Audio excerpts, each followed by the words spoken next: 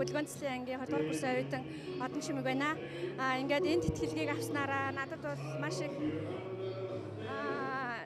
сургууль сурах нь маань айгүй хүнтэй хувь нэмэр өглөө.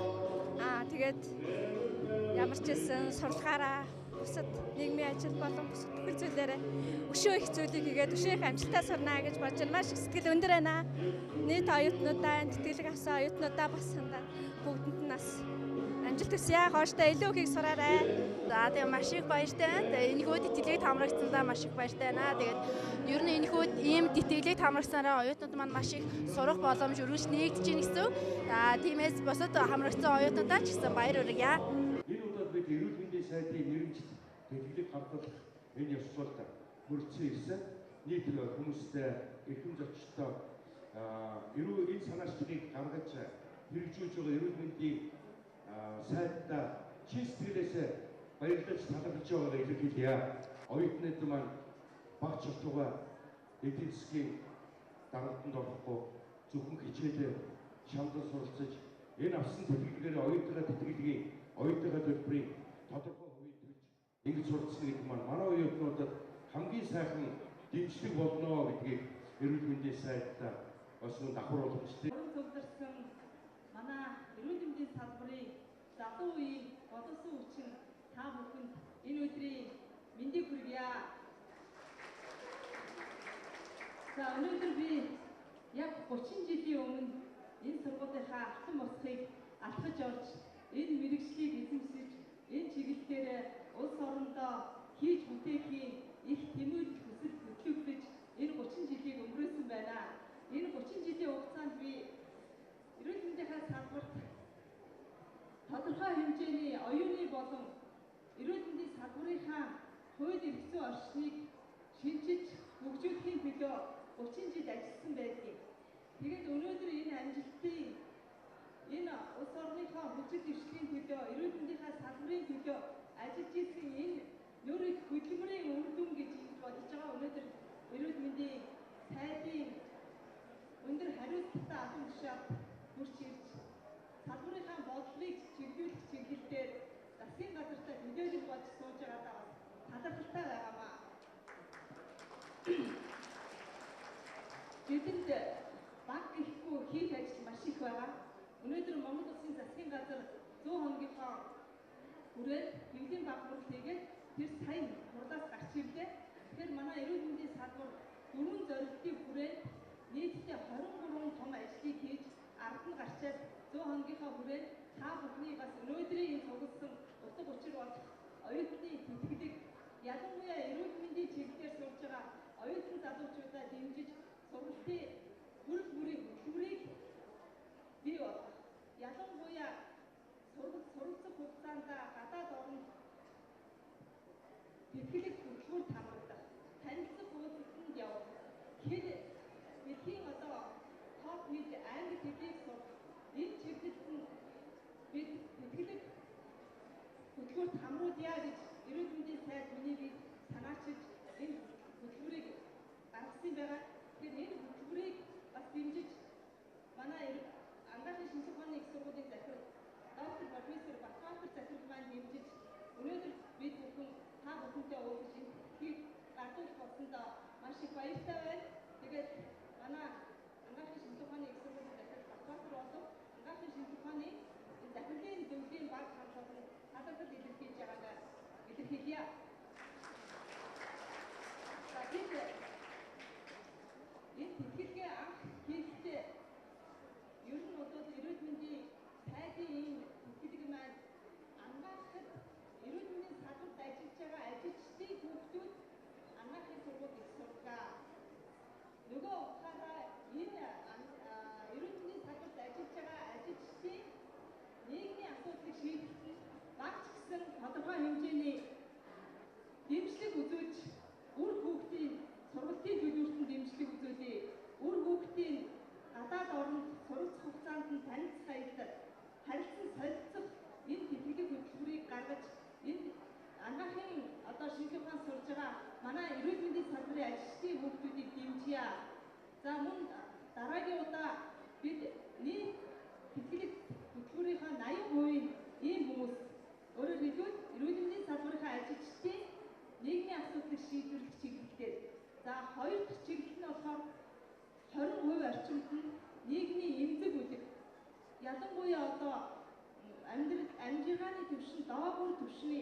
сайдын хүүхдүүд за мөн хөгжлийн бэрхшээлтэй хүүхдүүдэд дэмжиж мөрөөдхийн бэлтгэх гэж ингэж анх санаачилж гаргаж байгаа. Тэгээ анхны санаачлага маань өнөөдөр танай сургууль дээр ирж бид нар энэ тэтгэлгээ гардуулах болоод байгаа. Тэгэхээр энэ маань одоо их баг нь ерөөсөө хамаагүй ямар ч байсан хөдлөөд эхлэх гэдэг маань өөрөө их том ажил. Энэ тэтгэлэг маань нэлээх өргөн хүрээтэй олон улсын байгууллагын дэмжлэг аваад явах юм бол эрүүл мэндийн салбарт ажиллаж байгаа ажилчдын хүүхдүүдийн тэтгэлгийг 50 орчим хувийг энэ тэтгэлэг хөтөлбөрөөр шийдэх боломжтой. Ганцхан ангаахын улсын ангаахын сургууль төдийгүй хувийн том дөрвөн сургуулийн суралцж байгаа манай эрүүл мэндийн салбарын ажилчдын хүүхдийг дэмжиж. Ер нь бол эрүүл мэндийн салбарын ажилчдын хүүхдүүд өөрөө тэр тухайн ажлын онцлог нөхцөл байдлыг үнэн ойлгосон. Тийм учраас зүрх сэтгэлээсээ энэ мэргэжлийг эзэмших гэсэн зориг тэмүүлэлтэй ийм хүүхдүүд байх болно гэдэг утгаараа энэ тэтгэлэг хөтөлбөрийг 80% зарцуулж байгаамаа. Тэгээд бид бүхэн бол зөвхөн энэ мөнгөн тусламжаар биш өнөөдөр та бүхэнд ирж байгаа дэлхийн эрүүл мэндийн байгууллагын суурин төлөөлөгч ноён сүү ирсэн байгаа. Энэ маань одоо биднэрт Солонгосын засгийн газрын болон Хойкагийн шугамар энэ эрүүл мэндийн ангаахын шинжилгээний сургууль сурж байгаа оюутнуудыг семестрээр одоо суралцуулах ийм хөтөлбөрийг бас давхар хийхээр ингэж энэ миний энэ санаачсан тэтгэлэг хамруулад явж байгаа. Тэгээд одоо нэгдсэн үндэсний байгууллагын хүүхдийн хүн амын сан бас энийг дэмжиж байгаа. Өнөөдөр би эчин сайдын нийтдээ 9 эчин сайдын яамны эчин сайд нартай уулзаад ирлээ. Энэ уулзалтыг санаачилж хийхэд яг энэ сургуулийн хүүхдүүдийн тэтгэлэг хөтөлбөрийн талаар ярьсан. Тэгэхээр бид нар ирээдүйн боловсон хүчтэй, ёс зүйтэй, төлөвшөлттэй, эдийн засгийн хямралгүй ийм оюутнуудыг төгсгөөд боожуудад гар дээрээ авахын тулд манай эрүүл мэндийн салбарын тусламж үйлчилгээ ёс зүйтэй, хариуцлагатай байх болно гэдэг утгаараа энэ тэтгэлэг хөтөлбөрт хамруулж байгаамаа. Ингээд та бүхэндээ амжилтыг хүсье. За тэтгэлэг хөтөлбөрийн маань тусгай програмаар явж байгаа гардууч өгөх юм тийм ээ.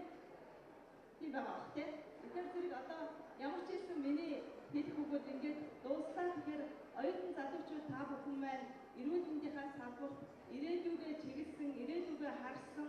За энэ чиглэл дээр бидний хамгийн гол юм оюутан наснаа сурж авсан энэ мэдлэг насан турш хүний тархинд хадгалагдчихлаа.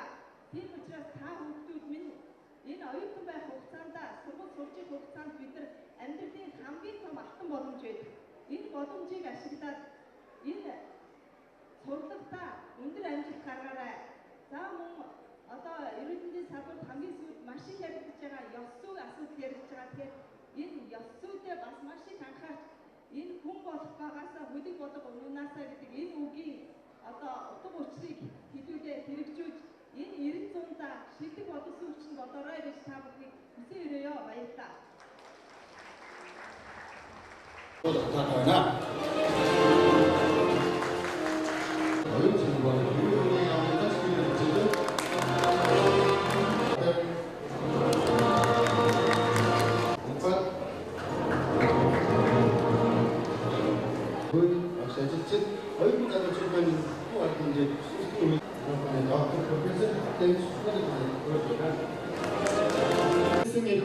Доктор профессор багш та бүхний заван Монголын ирээдүйн гэрэлгээ болсон багтай инженерээр анхаар зорилгоор Монгол улсын засгийн газрын гишүүн ирээдүйн тушаалыг танилцуулъя. Тэдний бодлого тухай Монгол улсын засгийн газрын тухай хуулийн 24-ийн зүйлийн 24-ийн 2 за хэсэг мэргэжлийн эрүүл мэндэд ангаа ухааны боловсрол олон ихтэй сургууль, коллеж, мэргэжлийн боловсрол сургалтын байгууллага төрөлтэй байна. За сургалтын төлбөрийн тэтгэлэг байгаа. За өнөөдөр бол сургалтын төлбөрийн тэтгэлгийг бас олгож байна. Хэсэг баярлалаа.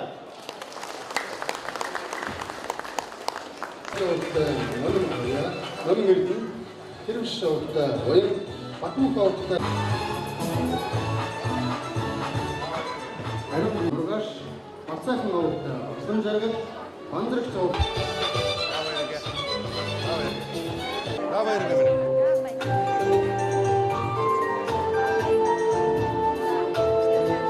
모임 జరిగే 대표로 안톤 가볍게 그러잖아.